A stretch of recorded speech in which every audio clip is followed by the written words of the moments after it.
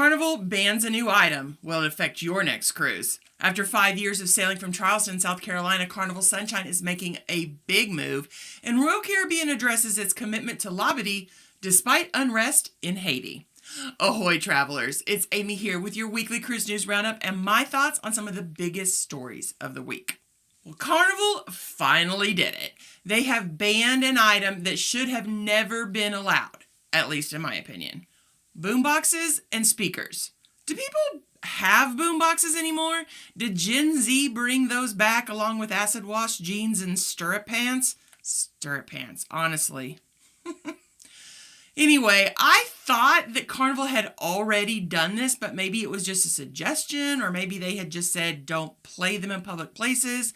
Well, now found on their prohibited items list, boomboxes, radios, and all types of speakers, including Bluetooth, portable, and wireless. And these are not even on the items for port use only list. So they're going to be confiscated prior to boarding, and that's already begun with, of course, there being some complaining. I like this sign someone posted on Facebook, but unfortunately, if you really look at it, you can tell it's fake. I think signs like this would be a very good idea, but I can see why lines wouldn't necessarily want to put up signs telling cruisers what they cannot do. Of course, not everyone is happy about this. Mainly, I'm guessing those who like to take over spaces with their own music. I disagree with this. The music that normally plays on the ships can get so boring and repetitive. Sometimes you want to hear something good, and people around you may want to do the same. Just be mindful, I would say. Well, unless you get the opinion of every person around you, it's pretty arrogant and rude to think that anyone else wants to listen to your music. Especially if you're trying to play it louder than the ship's music, which can be pretty loud depending on your location. Also, who's to determine what good music is? You may like something that I don't. I cannot stand country music if it's past 1995. Anything that came out after 1995, I don't want to listen to it. What, you think I want to listen to you playing country music loud enough to try to get it over Carnival speakers? No. Now, the last time I was on a Carnival ship, which was almost a year ago, they still sold their ship-shaped Bluetooth speakers. Man, say that several times really fast. Ship-shaped Bluetooth speakers. This is why I thought that they had already banned them. I swear I remember this being brought up before, and that Carnival was still selling those floating Bluetooth speakers while banning them. Maybe they were just discouraging them in public places because in a statement, the line said all speakers, including Bluetooth, portable and wireless type, and radios are prohibited and will be held and returned at the end of the cruise. So for safety reasons, public announcements must be heard by all guests and crew. I have a feeling this is less to do with safety issues, honestly, than just it annoying everybody and Carnival having to field a bunch of complaints about people with their Bluetooth speakers. But personally, I could not be happier, and it just made me wish that Carnival would go the extra mile and ban people from using their phone speakers in public as well. Well, it sounds like they are going to do this with the line stating, consequently, guests must use earphones when listening to music or watching shows, movies on personal devices. If I thought that the crew would actually enforce this, this would be amazing. Outside of confiscating speakers, I doubt much is going to happen. It does give guests the option to report offenders to crew in the hopes that something will be said, but I do have my doubts that much is going to be done. We know in the past that there have been other rules that cruisers are breaking and they don't seem to get taken care of, even if they're reported. Now, I would love this if other lines also did this, but once again, they have to actually enforce it. But at least, like I said, this does give guests the ability to complain if another guest is being obnoxious with their devices. They can at least say, hey, it is against the rules. Now, let me know if you think that I'm being too harsh. Does it bother you when someone next to you is watching TikTok videos with the volume all the way up? I know this doesn't bother some people, but it is super annoying to me. Like nails on the chalkboard. Partly because of the distracting noise, and partly because I believe it's super rude. As much as I try to ignore things like this, I just can't do it. It ruins any experience for me because it's all I can focus on. I just really have issues when people seem to focus on themselves and see themselves as the main character in all situations and don't realize that their actions are probably bothering other people. I literally cannot focus on anything else in those situations. I have to get up and leave, and I don't think that's fair. Well, let me know in the comments your thoughts. Am I being too crazy about this? Is this a little bit much? Are you glad that they're banning Bluetooth speakers? And what are your thoughts about people who play videos or video games, movies, even FaceTime in public? Carnival Sunshine has been home porting in Charleston since 2019, but the ship's time there is coming to an end. The final sailing from Charleston will be on December 30th of this year. It's in a 5-night New Year's cruise to Nassau and Carnival's private island, Half Moon Cay. Now, this move has been expected for a while. Back in 2022, the South Carolina Ports Authority announced it wouldn't extend its home port agreement with Carnival beyond 2024. Why? Because they're planning a major redevelopment of the Union Pier Terminal, which will no longer accommodate home port operations. Of course, I feel like there's more to that. Obviously, they must not just want to be a home port for some reason. Now, this means that starting in 2025, Charleston won't have a dedicated cruise ship home ported there.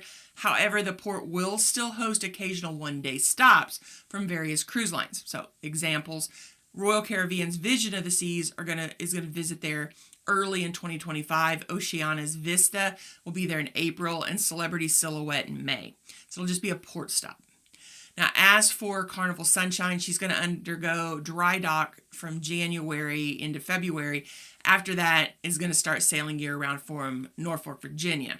Now, her first cruise from Norfolk is scheduled for February 16th of 2025, and it's an 8-night Eastern Caribbean itinerary visiting the Dominican Republic, Turks and Caicos, and Princess Keys in the Bahamas.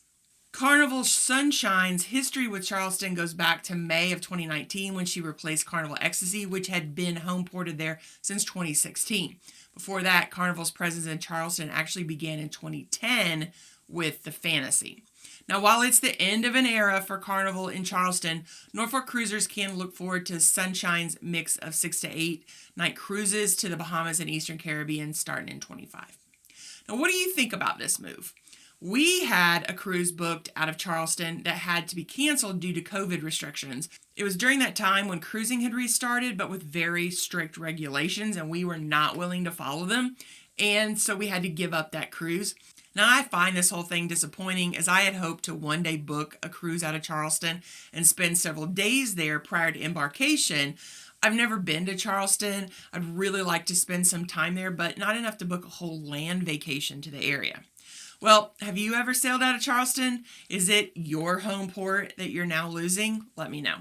So we talked last week about whether or not Labadee is a safe place to cruise to after 3 separate commercial planes were shot at in Port-au-Prince in early November. Now, Royal Caribbean has addressed these concerns by reaching out to guests directly. They've explained that Labadee is over 100 miles from Port-au-Prince, where most of the unrest is happening. They point out that it's a 6.5-hour drive over difficult roads, making it highly unlikely for issues in the capital to spill over to their private destination. Labadee is also designed to be a safe and secure environment. The 260-acre area is controlled access with private security, fenced perimeters, and even armed guards who stay out of sight but are always monitoring for safety reasons. Now, this separation from the general population and heavy security measures do help keep crime rates low in Labadee. Now, the U.S. Embassy has recognized Labadee as a safe cruise exclusive zone with private security and a reputation for low crime. So Royal Caribbean assures its guests that safety is their top priority, and they're keeping a close eye on the situation in Haiti. So what do you think about Royal Caribbean's decision to continue visiting Labadee? I know I've heard from several people that said, hey, I have a cruise coming up. It doesn't bother me, and other people who are saying, I have a cruise coming up. I'm going to keep an eye on what's going on in Haiti before I decide if I'm going to get off at port or not. But let me know in the comments your thoughts. So big changes are on the horizon for anyone traveling to the UK in 2025. A Norwegian cruise line is making sure its passengers are prepared. Technically, it's all of Europe. So starting in January 8th of 2025, non-European travelers entering the UK including those that are disembarking at the port by ship, will need an electronic travel authorization, or ETA. European nationals will need to comply starting April 2nd of 2025. Norwegian Cruise Line is urging guests to get ahead of this and to avoid issues during their travels.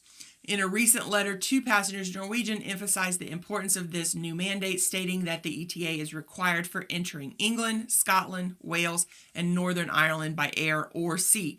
Now, the application process opens on November 27th. So for non-European travelers with visas, and it's going to cost £10. So I don't know, it's roughly what, $13 maybe? And it's valid for 2 years or until your passport expires. So the cruise line recommends applying as soon as applications open, especially for anyone sailing in January of 2025. They're warning that it could take up to 3 business days to process, so don't leave it to the last minute. I'm also going to guess there's going to be a flood of people right there at the end of November, 1st of December, so it may take even longer if you're among that first group of people. We'll see. Of course, this isn't exclusive to Norwegian cruisers. They're just the ones that have made sure they're telling their cruisers about this. If you're cruising to the UK, make sure to have this requirement on your radar so you're not caught off guard. So what do you think about this new travel rule? Let me know in the comments. Now, this does affect us as we have a British Isles cruise coming up in 26. I'm pretty sure this is just a way for European countries to make some extra money. U.S. citizens have never needed visas to vacation in Europe before, and I don't really see the need for it now. It just seems like a way to get a little extra bank. In our weekly life update, I managed to get most of my Christmas decorations up this last week. I finished my Christmas tree yesterday and have all my ceramic trees put up on the mantle, but I still need to replace the batteries on a few of them. I've yet to get any outdoor lights up, and I won't if I don't find any time this coming week to do so. I like to at least put up some on my front porch. I don't know why though. I live in the middle of nowhere and there's only one other person who lives on my road, so it isn't like many people are going to see the lights. They're just for me, obviously, not for other people. I put one of my favorite trees up in the studio. I just love this fiber optic tree because I love how the colors constantly change. I'm probably going to try to find a small tree just for this space when everything goes on sale after Christmas. I still need to change out the florals in my shell vase back here, but I didn't have time for that. I'm going to put some real cedar in there, so I just didn't have time to go out and cut it. Now, while I've decorated before Thanksgiving, I've yet to start listening to Christmas music or watching Christmas movies. How about you? Do you have strict rules about when to start celebrating and enjoying the Christmas season? I want to know. Well, are you ready for more information on cruising? Why not stick around and check out this video and then come back for more information designed to help you have an amazing cruise. And for all of my US viewers, I hope you have a wonderful Thanksgiving.